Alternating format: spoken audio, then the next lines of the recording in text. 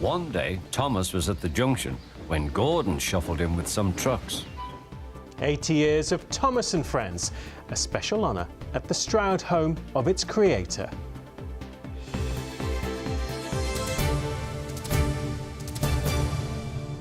Looks fun.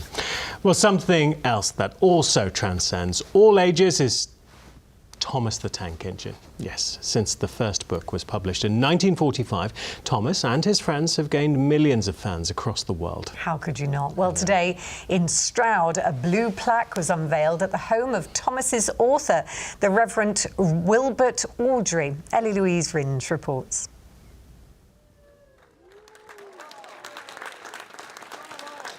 A tribute to a man whose imagination would inspire generations. Behind this door, on this unassuming street in Stroud, lived the creator of one of the world's most beloved literary and TV characters. One day, Thomas was at the junction when Gordon shuffled in with some trucks. Thomas the Tank Engine and his fleet of friends were the brainchild of the Reverend Awdry. Thomas the Tank Engine has worked his branch line for a long time. What began as a story to entertain his son during a bout of measles in 1943 would soon gain global popularity. That story became a series of books, which became a TV series, famously voiced by Ringo Starr. Thomas left the coaches at the station and went off to a mine for some trucks. Then came the toys and even a Thomas the Tank Engine theme park in Staffordshire.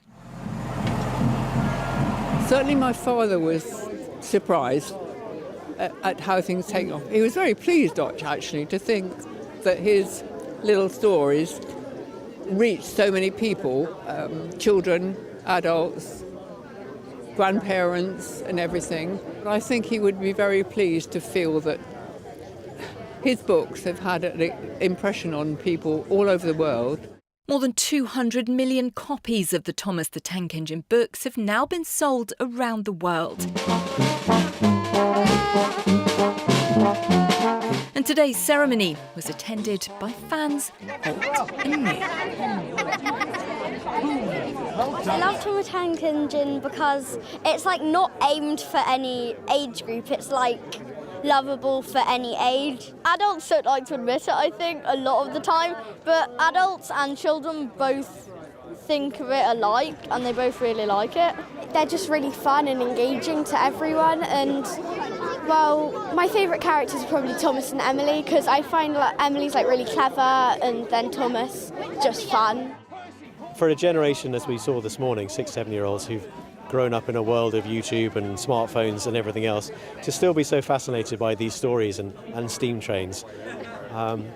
There's just an enduring magic there that's clearly just going to go on, and how you quantify that, I don't know, but it's a wonderful thing, and it's a real privilege to be part of that and to see it carry on.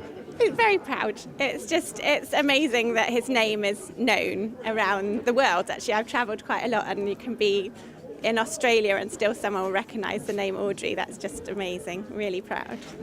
This is a really lovely but kind of modest family home, and you really wouldn't think, kind of stand behind me here, that magic was being created inside. And that's why things like blue plaques are really important, because they're visual markers for people when we're walking past. And I think it really helps us all feel proud of the things that happen in everyday places like this and in neighbourhoods that we all recognise.